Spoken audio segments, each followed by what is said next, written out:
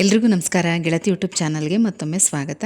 ಬನ್ನಿ ಸ್ನೇಹಿತರೆ, ಇವತ್ತಿನ ವಿಡಿಯೋದಲ್ಲಿ ಮಹಾಶಿವರಾತ್ರಿ ಹಬ್ಬದ ದಿನ ಉಪವಾಸ ಹೇಗೆ ಮಾಡಬೇಕು, ಕೆಲವರೆಲ್ಲ ಪ್ರಶ್ನೆ ಕೇಳಿದ್ದೀರಾ.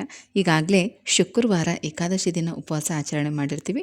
ಹಾಗಾದರೆ ಭಾನುವಾರ ಮಹಾಶಿವರಾತ್ರಿ ಹಬ್ಬದ ದಿನ ಯಾವ ರೀತಿ ಉಪವಾಸ ಆಚರಣೆ ಮಾಡಬೇಕು, ನೀರಾಹಾರಿ ಆಗಿರಬೇಕಾ ಅಥವಾ ಏನಾದರೂ ತಿನ್ನಬಹುದಾ, ಲಿಕ್ವಿಡ್ ಐಟಮ್ ತೊಗೋಬಹುದಾ ಅಂತೆಲ್ಲ ಪ್ರಶ್ನೆಗಳನ್ನ ಕೇಳಿದ್ದೀರಾ. ಮಹಾಶಿವರಾತ್ರಿ ಹಬ್ಬದ ದಿನ ಉಪವಾಸವನ್ನು ಹೇಗೆ ಆಚರಣೆ ಮಾಡಬೇಕು, ಏನೆಲ್ಲ ತಿನ್ನಬಹುದು, ಯಾವ ರೀತಿ ಪೂಜೆ ಮಾಡಬೇಕು, ಯಾವ ಸಮಯದಲ್ಲಿ ಮಾಡಬೇಕು, ಹಾಗೆ ಶಿವನಿಗೆ ಪ್ರಿಯವಾದಂಥ ದೀಪಾರಾಧನೆಗಳು ಯಾವುದು, ಯಾವ ಸಮಯದಲ್ಲಿ ಈ ದೀಪಾರಾಧನೆ ಮಾಡಬೇಕು, ಪ್ರತಿಯೊಂದನ್ನು ಕೂಡ ಈ ವಿಡಿಯೋದಲ್ಲಿ ತಿಳಿಸಿದ್ದೀನಿ. ವಿಡಿಯೋನ ಸ್ಕಿಪ್ ಮಾಡದೆ ನೋಡಿ. ಅಲ್ಲದೆ ಅತ್ಯಂತ ಶುಭಕರವಾದಂಥ ಈ ಒಂದು ಸಮಯದಲ್ಲಿ ಶಿವಪೂಜೆಯನ್ನು ಮಾಡೋದ್ರಿಂದ ನಿಮ್ಮ ಇಷ್ಟಾರ್ಥಗಳೆಲ್ಲ ತುಂಬ ಬೇಗನೆ ಈಡೇರುತ್ತೆ. ಬನ್ನಿ ಈಗ ಈ ಎಲ್ಲ ಮಾಹಿತಿಯನ್ನು ತಿಳ್ಕೊಳ್ಳೋಣ. ಮೊದಲಿಗೆ ಉಪವಾಸದ ವಿಚಾರನ ತಿಳಿಸ್ಬಿಡ್ತೀನಿ.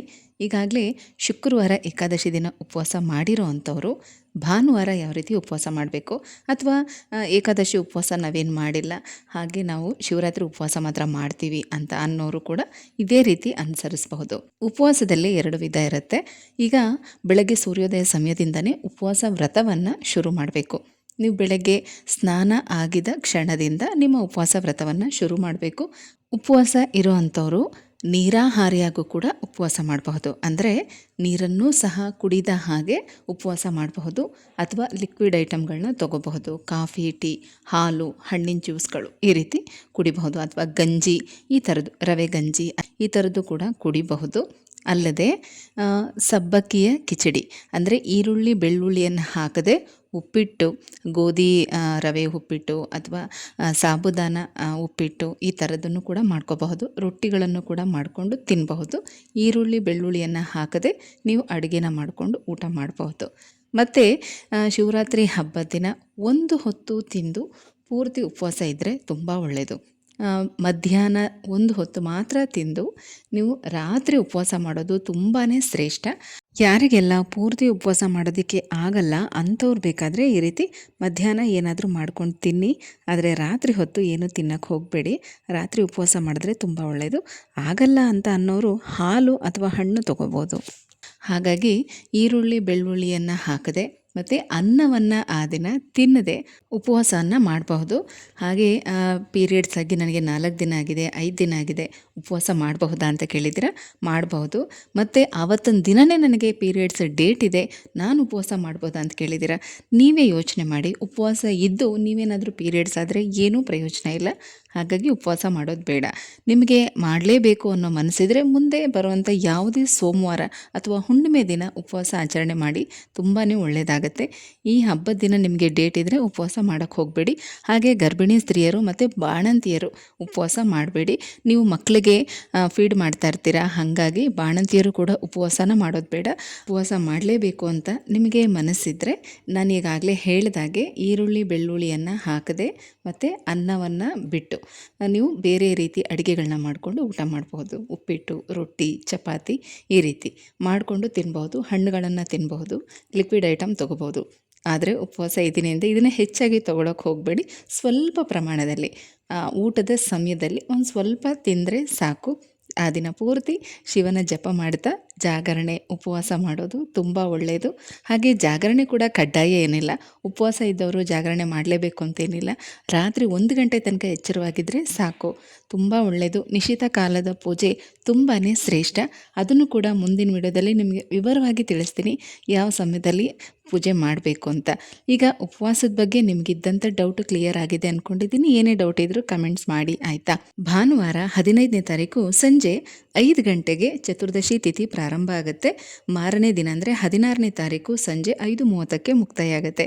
ಹಿಂದಿನ ವಿಡಿಯೋದಲ್ಲಿ 15ನೇ ತಾರೀಕು ಪ್ರಾರಂಭ ಆಗಿ 14ನೇ ತಾರೀಕು ಮುಕ್ತಾಯ ಆಗುತ್ತೆ ಅಂತ ಹೇಳಿಬಿಟ್ಟಿದ್ದೀನಿ, ದಯವಿಟ್ಟು ಕ್ಷಮಿಸಿ. 15ನೇ ತಾರೀಕು ಭಾನುವಾರ ಸಂಜೆ 5 ಗಂಟೆಗೆ ಚತುರ್ದಶಿ ತಿಥಿ ಪ್ರಾರಂಭ ಆಗುತ್ತೆ. ಸೋಮವಾರ ಸಂಜೆ 16ನೇ ತಾರೀಕು ಸಂಜೆ 5:30ಕ್ಕೆ ಚತುರ್ದಶಿ ತಿಥಿ ಮುಕ್ತಾಯ ಆಗುತ್ತೆ. ಎಲ್ಲ ಹಬ್ಬಗಳನ್ನು ನಾವು ಸೂರ್ಯೋದಯ ತಿಥಿಯ ಆಧಾರದ ಮೇಲೆ ಮಾಡ್ತೀವಿ.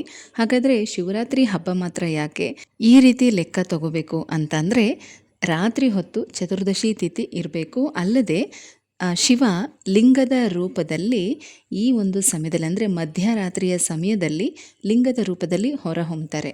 ಆ ಕಾರಣದಿಂದ ರಾತ್ರಿಯ ಹೊತ್ತು ಚತುರ್ದಶಿ ತಿಥಿ ಇರಬೇಕು. ಭಾನುವಾರ ಸಂಜೆ ಸೂರ್ಯಾಸ್ತದ ಸಮಯದಿಂದ ಚತುರ್ದಶಿ ತಿಥಿ ಇರುತ್ತೆ ಮತ್ತು ರಾತ್ರಿ ಪೂರ್ತಿ ಇರುತ್ತೆ. ಆ ಕಾರಣದಿಂದ 15ನೇ ತಾರೀಕು ಭಾನುವಾರ ಮಹಾಶಿವರಾತ್ರಿ ಹಬ್ಬವನ್ನು ಆಚರಣೆ ಮಾಡಲಾಗ್ತಾ ಇದೆ. ತಪ್ಪದೇ ಈ ದಿನ ಈ ಒಂದು ದೀಪಾರಾಧನೆಯನ್ನು ಪ್ರತಿಯೊಬ್ಬರು ಕೂಡ ಮಾಡಲೇಬೇಕು. ಯಾವುದು ಅಂದರೆ ಬೆಲ್ಲದ ದೀಪಾರಾಧನೆ ಅಥವಾ ಅಕ್ಕಿ ಹಿಟ್ಟಿನ ದೀಪಾರಾಧನೆ ಅಥವಾ ದತ್ತೂರಿ ಕಾಯಿಯ ದೀಪಾರಾಧನೆ. ಈ ಹಳ್ಳಿ ಸೈಡಲ್ಲಿರೋರೆಲ್ರಿಗೂ ಕೂಡ ದತ್ತೂರಿ ಕಾಯಿ ತುಂಬಾ ಸುಲಭವಾಗಿ ಸಿಗುತ್ತೆ. ಹಾಗೆ ದತ್ತೂರಿ ಹೂವು, ತುಂಬೆ ಹೂವು, ರುದ್ರಾಕ್ಷಿ ಹೂವು ಇದೆಲ್ಲ ಕೂಡ ಶಿವನಿಗೆ ತುಂಬಾ ಪ್ರಿಯವಾದಂಥದ್ದು. ಸಾಧ್ಯವಾದಷ್ಟು ನಿಮಗೆ ಏನೆಲ್ಲ ಸಿಗುತ್ತೋ ಅದನ್ನೆಲ್ಲ ತಂದಿಟ್ಕೊಂಡು ಶಿವನ ಪೂಜೆನ ಮಾಡಿ.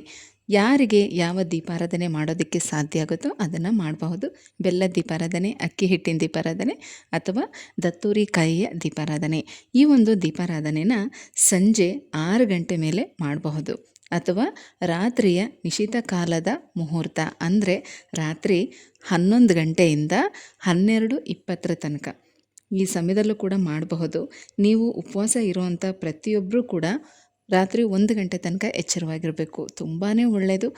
ರಾತ್ರಿ 11 ಗಂಟೆಯಿಂದ 12:20 ತನಕ ಅಂದರೆ ಆ ಸಮಯದ ಒಳಗಾಗಿ ನೀವು ಈ ದೀಪಾರಾಧನೆನ ಮಾಡಿ. ಸಂಜೆ ಒಂದು ಸಲ ಈ ದೀಪ ಹಚ್ಚಿರ್ತೀರ ಅಂದರೆ ಮತ್ತೆ ರಾತ್ರಿ ಕೂಡ ಅದರಲ್ಲಿ ಹಾಕಿರುವಂಥ ತುಪ್ಪದ ಬತ್ತಿಗಳನ್ನು ತೆಗೆದು ಬೇರೆ ತುಪ್ಪದ ಬತ್ತಿಗಳನ್ನು ಹಾಕಿ ದೀಪ ಹಚ್ಚಿ ಆರತಿ ಮಾಡ್ಬೋದು. ಮತ್ತು ಕೂತ್ಕೊಂಡು ಓಂ ನಮಃ ಶಿವಾಯ ಅಂತ 108 ಸಲ ಜಪ ಮಾಡಿ. ಈ ಸಮಯದಲ್ಲೂ ಕೂಡ ನೀವು ಜಪ ಮಾಡೋದು ತುಂಬ ಒಳ್ಳೆಯದು. ಆಯುಸ್ಸು ವೃದ್ಧಿಯಾಗತ್ತೆ, ಆರೋಗ್ಯ ವೃದ್ಧಿಯಾಗತ್ತೆ. ನೀವೆಲ್ಲರೂ ಕೂಡ ಭಕ್ತ ಮಾರ್ಕಂಡೇಯನ ಕತೆ ಕೇಳಿದ್ದೀರಾ. ಮಾರ್ಕಂಡೇಯ ಕೂಡ ಅಲ್ಪಾಯುಷಿ ಆಗಿರ್ತಾರೆ. ಆದರೆ ಅಪಾರವಾದ ಶಿವಭಕ್ತಿ ಅವನನ್ನು ದೀರ್ಘಾಯುಷವಂತನಾಗಿ ಮಾಡುತ್ತೆ. ಹಾಗಾಗಿ ಹೇಳ್ತಾ ಇದ್ದೀನಿ, ಇದೇ ಸಮಯದಲ್ಲಿ ಪ್ರತಿಯೊಬ್ಬರು ಕೂಡ ದೀಪಾರಾಧನೆ ಮಾಡ್ತಾ ಶಿವನ ಜಪವನ್ನು ಮಾಡಿ. ತುಂಬಾ ಒಳ್ಳೆಯದು. ಮಹಾಶಿವರಾತ್ರಿ ಹಬ್ಬದ ಆಚರಣೆಯ ಇನ್ನಷ್ಟು ಮಾಹಿತಿ ಜೊತೆಗೆ ಮುಂದಿನ ವಿಡಿಯೋದಲ್ಲಿ ಸಿಗ್ತೀನಿ. ಹೋಗ್ಬರ್ಲಾ?